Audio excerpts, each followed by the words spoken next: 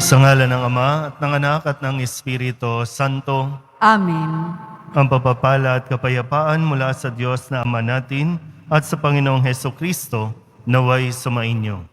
At sumaiyo rin. Huwag mo kami madarang ng ningas ng pag-ibig na sa Kanya'y nagpaalab para ang kapwa'y pagmalasakitan at ikaw ay paglingkuran sa pamamagitan ni Hesukristo kasama ng Espiritu Santo magpasawalang hanggan. Amen. Magsiupo na po ang lahat. Pagbasa mula sa ikalawang aklat ni Samuel. Noong mga araw na iyon, dumating kay David ang balitang si Absalom na ang kinikilalang hari ng Israel. Sinabi niya sa mga kasama, "Mabuti pa'y umalis tayo sa Jerusalem, kung hindi nanganganib tayo kay Absalom. Magmadali tayo't baka abutin niya. Papahamakan ang sasapitin natin, patkat wala siyang igagalang isa man sa lungsod." Si David ay umiiyak na umahon sa bundok ng mga olibo. Wala siyang sandalyas at nakatalukbong, tanda ng kalungkutan. Lahat ng kasama niya ay nakatalukbong at umiiyak ding umahon. Nang papalapit na sa Bahurim si Haring David, isang kamag-anak ni Saul ang lumabas sa lansangan na nagtutungayaw. Ito'y si Simei na anak ni Gera. Binabato niya si David at ang mga kasama nito, maging alipin o kawal. Ganito ang kanyang isinisigaw, "Lumayas ka! Lumayas ka! Ikaw na tampalas at uhaw sa dugo. Naghiganti na sa iyo ang Panginoon dahil sa pagpatay sa sambahayan ni Saul at pag-agaw sa kanyang trono. Ibinigay na kay Absalom ang kanyang kaharian. Ikaw na mamamatay tao. Sa wakas, siningil ka rin sa iyong pagkakautang." Sinabi ni Abisai, "Mahal na hari, di yata't pinahihintulutan ninyong lapastanganin ng hampas lupang ito ang inyong kamahalan? Ipahintulot po ninyong tagpasing ko ang kanyang ulo." Ngunit sinabi ng hari, "Huwag kang makialam sa bagay na ito, Abisai. Ako ang magpapasya nito. Kung iniutos ng Panginoon na sumpain si David, anong karapatan nating sumawain?" Sinabi ni David kay Abisai at sa lahat niyang lingkod, "Kung ang anak ko mismo ay nagtatangka sa aking buhay, hindi dapat pagtakhan ngayon kung mag-isip ng ganyan ang Benjaminitang ito. Bayaan ninyo siyang magtungayaw at sumpain ako. Anong malay natin, baka ito'y utos ng Panginoon sa kanya. Baka naman kahabagan ako ng Panginoon sa kalagayang ito at pagpalain ako sa halip na sumpain." Patuloy sa paglakad sina David at ang kanyang mga tauhan. Ang salita ng Diyos. Salamat sa Diyos. Halika, Panginoon ko, iligtas mo sana ako. Halika, Panginoon ko, iligtas mo sana ako. O Panginoon ko, kay raming kaaway, sa abang lingkod mo ay kumakalaban. Ang palagi nilang pinag-uusapan, ako raw, O Diyos, di mo tutulungan. Halika, Panginoon ko, iligtas mo sana ako. Ngunit ang totoo sa lahat ng oras, iniingatan mo at inililigtas. Sa akin tagumpay ang inagawad, mahina kong loob ay pinalalakas. Kaya ikaw, poon ng aking tawagan, sinagot mo ako sa bundok na banal. Halika, Panginoon ko, iligtas mo sana ako. Ako ay humimlay, agad nakatulog. Ligtas na nagising ang iyong kinupkup. Libo mang kaaway, wala akong takot. Humanay man sila sa aking palibot. Halika, O Diyos, iligtas mo ako. Lahat kong kaaway ay pasukuin mo. Halika, Panginoon ko, iligtas mo sana ako. Magsitayo po ang lahat.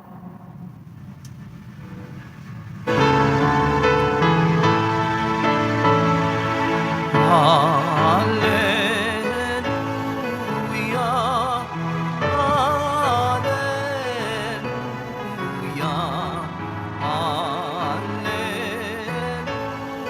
hallelujah, hallelujah. Narito at dumating na isang dakilang propeta, sugo ng Diyos sa bayan niya. Hallelujah, hallelujah, hallelujah, hallelujah.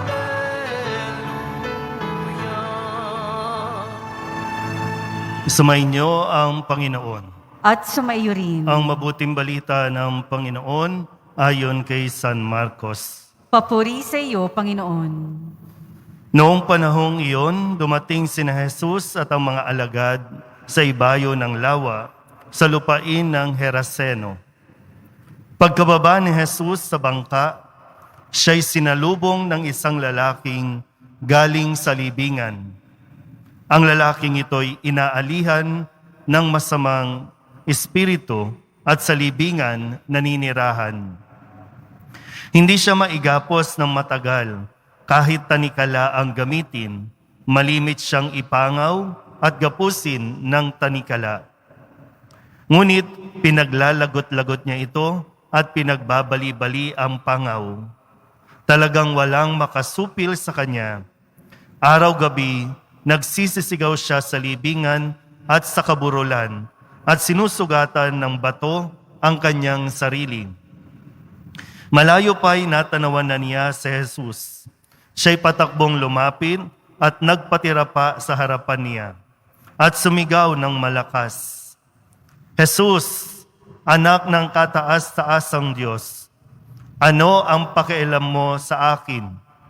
Huwag mo akong pahirapan, alang-alang sa Diyos.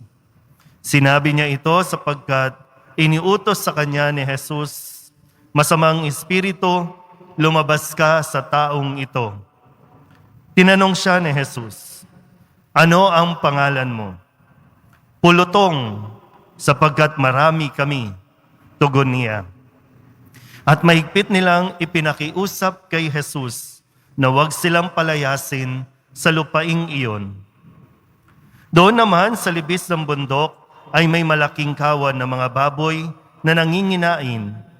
Nang makaawa kay Jesus ang masasamang espiritu na ang wika, papasukin mo na lang kami sa mga baboy, at sila'y pinahintulutan niya. Lumabas sa tao ang masasamang espiritu at pumasok nga sa mga baboy. Ang kawan na may 2,000 ay sumibad ng takbo tungo sa pampang ng lawa. Nahulog sa tubig at nalunod. Nagtatatakbo ang mga tagapag-alaga ng kawan at ipinamalita ito sa bayan at sa mga nayon. Kaya't pumaroon ang mga tao upang tingnan kung ano ang nangyari. Paglapit nila kay Jesus ay nakita nila ang lalaking inalihan ng mga demonyo. Nakaupo ito, may damit at matino na ang isip, at sila'y natakot. Isinalaysay sa kanila ng mga nakakita ang nangyari sa inalihan ng mga demonyo at ang sinapit ng mga baboy. Kaya't ipinamanhik nila kay Jesus na umalis sa kanilang lupain. Nang sumasakay na si Jesus sa bangka, nakiusap ang inalihan ng mga demonyo na isama siya Ngunit hindi pumayag si Jesus. Sa halip ay sinabi niya, umuwi ka at sabihin mo sa iyong mga kasambahay ang lahat ng ginawa sa iyo ng Panginoon at kung paanong nahabag siya sa iyo. Umalis ang taong iyon at ipinamalita sa Decapolis ang ginawa sa kanya ni Jesus. At nanggilalas ang lahat ng nakarinig niyon. Ang mabuting balita ng Panginoon. Pinupuri ka namin, Panginoong Heso Kristo. Magsiupo na po ang lahat. Isang magandang araw po sa inyong lahat. Sa araw na ito, maganda po siguro mapagnilayan natin na mabuti kung ano talaga yung mas pinahalagahan natin ngayon. Kayo po, ano yung mas, yung ano lang tayo, no? Minsan kasi hindi tayo aware, hindi tayo conscious na mas may pinapriority tayo, mas may pinahalagahan tayo kesa sa pinakamahalaga at pinakaimportanteng dapat na pahalagahan. Sige po, isip muna. Kasi hindi ko alam kung anong mga nilalaman ng inyong mga panalangin. Kung yung sanhi ba? Sanhi ng kalungkutan mo, sanhi ng depression mo, sanhi ng pagkalutang mo. Bakit kaya? Balikan natin, no? Medyo kakagulat na ang tao sa ngayon mas pinahalagahan ang kapangyarihan, ang posisyon, ang kayamanan, kasikatan, kesa sa pamilya. Kesa sa pamilya. Ang nagtatag ng pamilya, ang Diyos.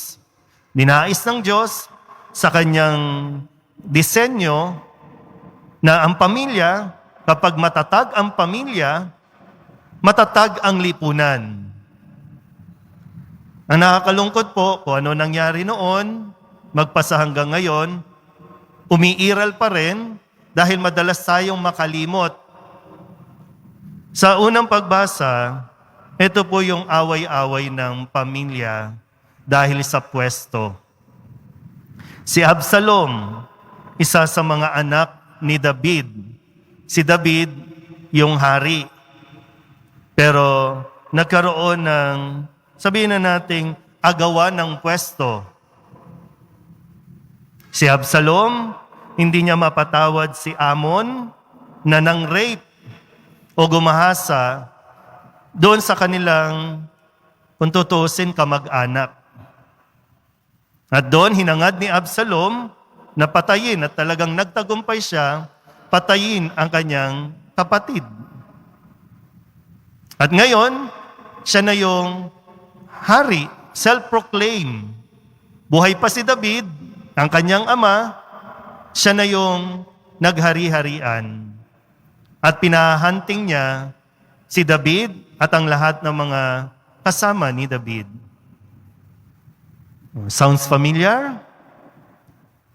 Na ngayon, nakakalungkot man, pero nangyayari, magkakapamilya, magkakamag-anak, nag-aaway-away para sa pwesto at handang magkalimutan alang-alang sa pwesto na napakatagal na. Kaya nga, di ba, minsan ang isang bayan, sinong nagpapatakbo? Yung angkan na.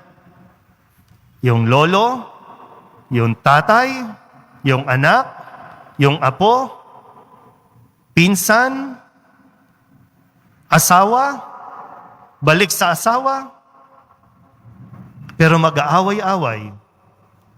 So alin ang mas pinahalagahan nating mga Pilipino ngayon? Kasi talagang kilala ang Pilipino, no, sa yung pagmamahal sa pamilya, di ba, no? Doon tayo angat sa ibang lahi. Pero ngayon parang marami ang nakakalimot kasi ayaw mag-detach sa pwesto. So alin ang mas pinahalagahan ng mga tao ngayon? At ang mas nakakalungkot, sa Ebanghelyo, narinig natin, ang Diyos kasi, no, si Jesus, ang gusto niya tumulong, lalo na sa mga pinahihirapan ng masasamang espiritu. Pero matapos, ang maganda po dito, may dalawang grupo na humarap kay Jesus. Yung grupo ng masasamang espiritu, yung legion. Pag sinabing legion, marami sila. Libo sila. Biro mo, libo na masamang espiritu pumasok sa isang tao. Imagine niyo yun. Kung gaano kahirap para sa isang tao na paglaruan ng masamang espiritu. Pero alam niyo, sabi ko, na pinagninilayan ko, yung masasamang espiritu, buti pa sila,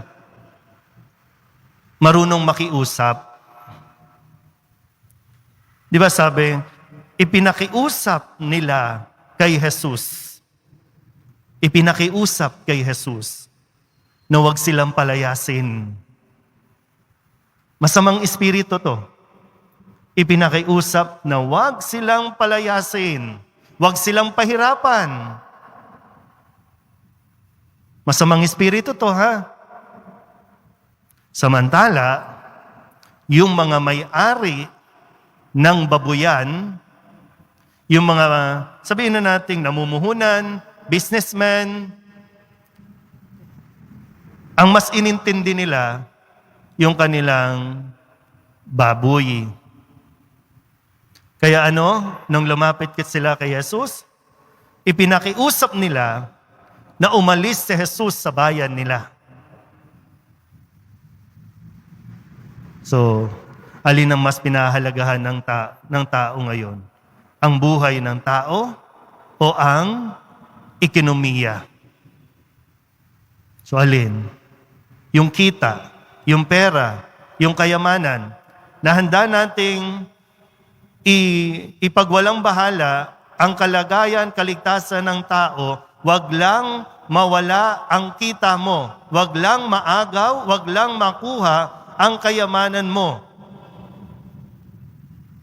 So sino ngayon ang mas matindi?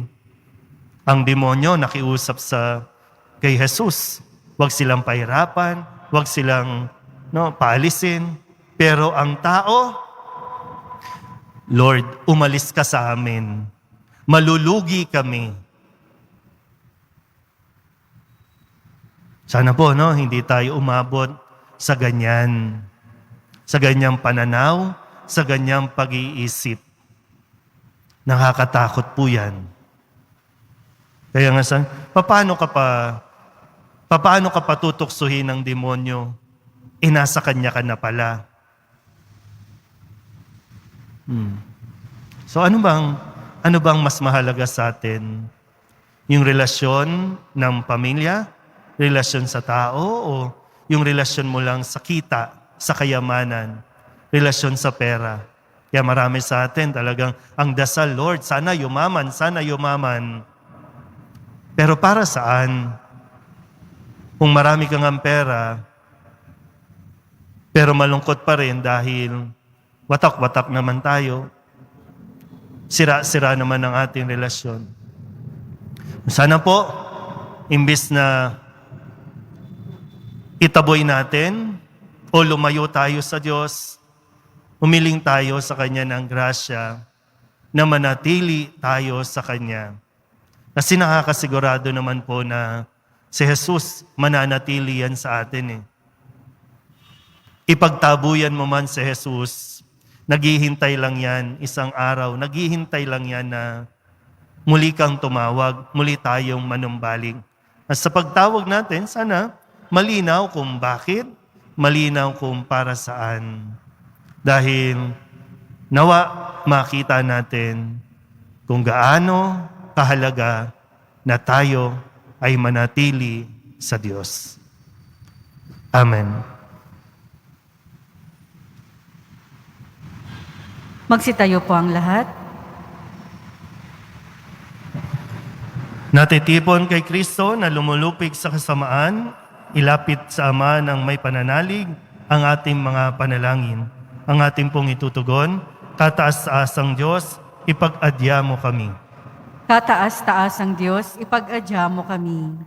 Ang Santo Papa, ang mga obispo, mga pari, at mga diakono, naway matulungan tayong manatiling matatag sa ating pananampalataya. Manalangin tayo. Kataas-taasang Diyos, ipag-adya mo kami. Ang mga Kristiyanong mananampalataya, naway magkaroon ng tapang na makapagsalita ng may katatagan sa ngalan ni Hesukristo. Manalangin tayo. Kataas-taasang Diyos, ipag-adya mo kami. Ang mga naging manhid na sa pagkakasala, naway hipuin ng Espiritu ng Diyos upang magsisi at magbago sila ng pamumuhay. Manalangin tayo. Kataas-taasang Diyos, ipag-adya mo kami. Ang mga naghihinanakit dahil sa hirap at pagdurusa, naway maalalayan natin ng walang pag-aalinlangan. Manalangin tayo. Kataas-taasang Diyos, ipag-adya mo kami. Idulog din natin sa Panginoon ang ating mga personal na kahilingan at mga panalangin para sa ating mga pamilya. Ganon din ang lahat ng mga misang pasasalamat, espesyal na intensyon at mga kaluluwa na inihiling na ipagdasal sa misang ito.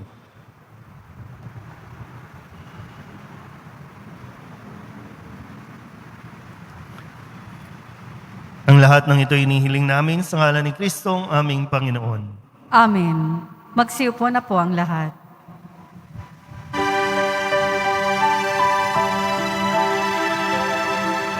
O Diyos, awang di mabilang, tanggapin mo yaring aming alay.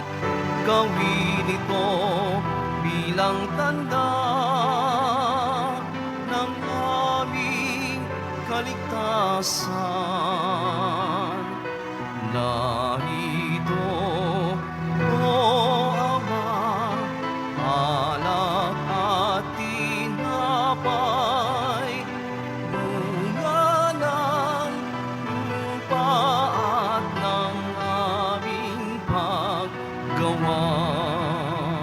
Magsitayo po ang lahat. Manalangin kayo mga kapatid upang paghahain natin ang kalugdan ng Diyos sa mga makapangyarihan.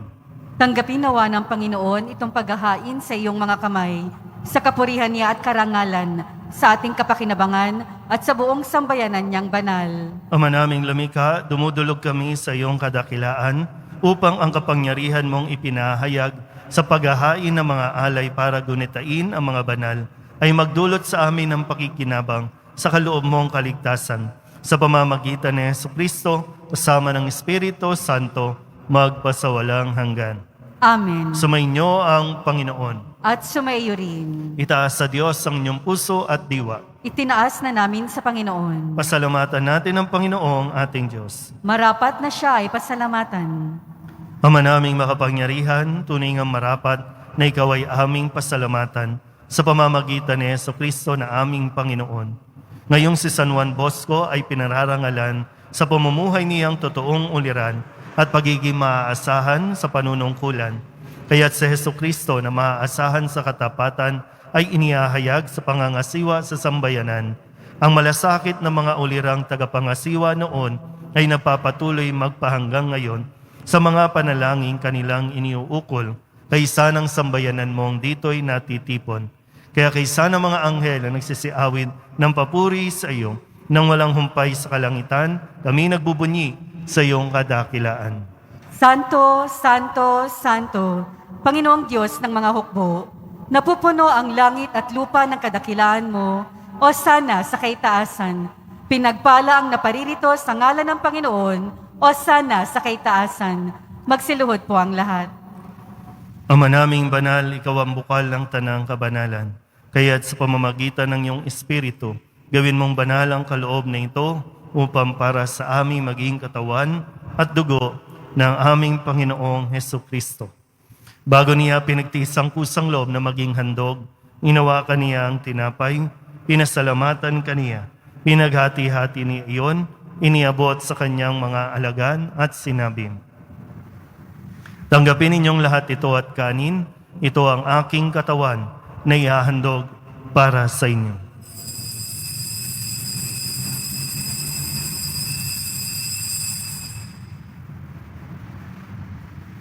Gayun din naman ang matapos ang hapunan, hinawakan niya ang kalis, muli kaniyang pinasalamatan. Iniabot niya ang kalis sa kanyang mga alagad at sinabi, "Tanggapin ninyong lahat ito at inumin.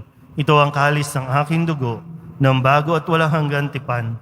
Ang aking dugo na ibubuhos para sa inyo at para sa lahat sa ikapagpapatawad ng mga kasalanan. Gawin ninyo ito sa pag-alaala sa akin."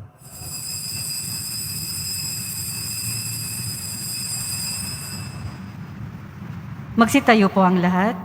Ipagbunyi natin ang misteryo ng pananampalataya. Si Kristo'y namatay, si Kristo'y nabuhay, si Kristo'y babalik sa wakas ng panahon. Ama, ginagawa namin ngayon ang pag-alaala sa pagkamatay at muling pagkabuhay ng iyong anak, kaya tiniaalay namin sa iyo ang tinapay na nagbibigay buhay at ang kalis na nagkakaloob ng kaligtasan. Kami napapasalamat dahil kami iyong minarapat na tumayo sa harap mo para maglingkod sa iyo. Isinasamo namin kami magsasalo-salo sa katawan at dugo ni Kristo ay mabuklod sa pagkakaisa sa pamamagitan ng Espiritu Santo. Ama, lingapin mo ang iyong simbahang laganap sa buong daigdig. Puspusin mo kami sa pag-ibig kaysa ni Francisco na aming Papa at ni Jose na aming Obispo at ng Tanang Kaparian. Alalahanin mo rin ang mga kapatid naming nahimlay na may pag-asang sila'y muling mabubuhay, gayon din ang lahat ng mga pumanaw. Kawaan mo sila at patuloyin sa iyong kaliwanagan. Kawaan mo at pagindapating kaming lahat na makasalo sa iyong buhay na walang wakas. Kaysa ng mahal na Birhen Maria na Ina ng Diyos, ng kabiyak ng puso niyang sa San Jose, kaysa ng mga apostol at ng lahat ng mga banal na namuhay dito sa daigdig ng kalugod-lugod sa iyo, may pagdiwang nawa namin ang papupuri sa ikararangal mo sa pamamagitan ng iyong anak na aming Panginoong Hesukristo. Sa pamamagitan ni Kristo, kasama niya at sa Kanya, ang lahat ng parangal at papuri ay sa iyo, Diyos amang makapangyarihan, kasama ng Espiritu Santo, magpasawalang hanggan. Amen, amen, amen, amen. Buong kababahang loob tayong tumawag sa ating Panginoon ng Ama namin. Ama namin, Sumasalangit ka, sambahin ang ngalan mo, mapasa amin ang kaharian mo, sundin ang loob mo dito sa lupa para nang sa langit. Bigyan mo po kami ngayon ng aming kakanin sa araw-araw at patawarin mo kami sa aming mga sala para ng pagpapatawad namin sa nagkakasala sa amin. At huwag mo kaming ipahintulot sa tukso at iadya mo kami sa lahat ng masama. inihiling namin kami iadya sa lahat ng masama, pagkalooban ng kapayapaan araw-araw, iligtas sa kasalanan at ilayo sa lahat ng kapahamakan, samantalang aming pinananabikan ang dakilang araw ng pagpapahayag ng tagapagligtas naming si Jesucristo. Sapagkat iyo ang kaharian at ang kapangyarihan at ang kapurihan magpakailanman. Amen. Panginoong Jesucristo, sinabi mo sa iyong mga apostol, kapayapaan ang iniiwan ko sa inyo, aking kapayapaan ang binibigay ko sa inyo. Tunghayan mo ang aming pananampalataya at huwag ang aming mga pagkakasala. Pagkalooban mo kami ng kapayapaan at pagkakaisa ayon sa iyong kalooban, kasama ng Espiritu Santo, magpasawalang hanggan. Amen. Ang kapayapaan ng Panginoon ay laging sumainyo. At sumaiyo rin. Magbigayan po tayo ng kapayapaan sa isa't isa. Kordero ng Diyos na nag-aalis ng mga kasalanan ng sanlibutan, maawa ka sa amin. Kordero ng Diyos na nag-aalis ng mga kasalanan ng sanlibutan, maawa ka sa amin. Kordero ng Diyos na nag-aalis ng mga kasalanan ng sanlibutan, ipagkaloob mo sa amin ang kapayapaan. Magsiluhod po ang lahat. Ito ang kordero ng Diyos. Ito ang nag-aalis ng kasalanan ng sanlibutan. Mapalad ang mga inaanyayahan sa kanyang piging. Panginoon, hindi ako karapat-dapat na magpatuloy sa iyo, ngunit sa isang salita mo lamang ay gagaling na ako. Katawan ni Kristo, Amen.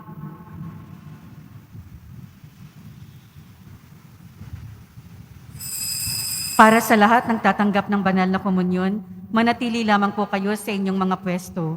Huwag na po kayong aalis o lilipat ng pwesto. Ang pari at ang mga lay minister po ang mag-aabot sa inyo ng komunyon upang maiwasan ang inyong pagdidikit-dikit. Maraming salamat po.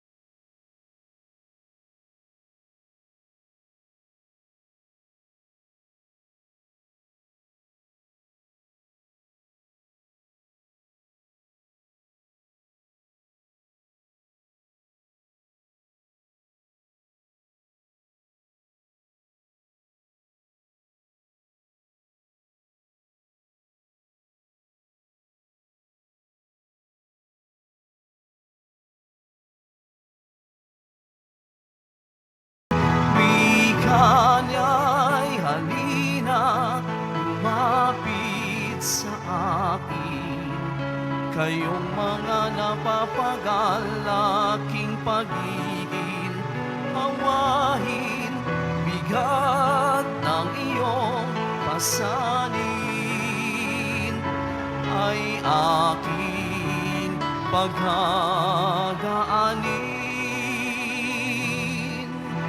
Halina, kaibigan, lumapit sa akin. Manalangin tayo. Ama naming mapagmahal, ang tinanggap naming banal na pakikinabang ay maghanda nawa para sa aming pagkakamit ng kaligayahan ng iyong paglingap na maaasahan sa pamamagitan ni Jesucristo kasama ng Espiritu Santo magpasawalang hanggan. Amen. Sumainyo ang Panginoon. At sumayo rin. Manalangin tayo para sa pagbabasbas. Mahal na po ang Jesus Nazareno, iniayag mo sa pamamagitan ng krus ang walang maliw na pag-ibig ng Diyos sa sangkatauhan. Pakinggan mo ang kahilingan ng iyong angka na nagsusumamo sa iyo. Makamtanawa nila ang iyong katugunan at tanggapin ang kasagutan na may utang na loob na tinatanaw. Basbasan din po ninyo ang mga dala-dala nilang mga imahin at dasalan, at sa pamamagitan ng bendisyon na ito naway maalala nila ang mga pangako nila noon sa binyag na ikaw ang kanilang iibigin at paglilingkuran bilang Panginoon magpasawalang hanggan. Amen. At pagpalain kayo ng makapangyarihang Diyos, Ama at Anak at Espiritu Santo. Amen. Mayo kayong taglayang kapayapaan ng Poong Jesus Nazareno. Salamat sa Diyos. Magandang araw po.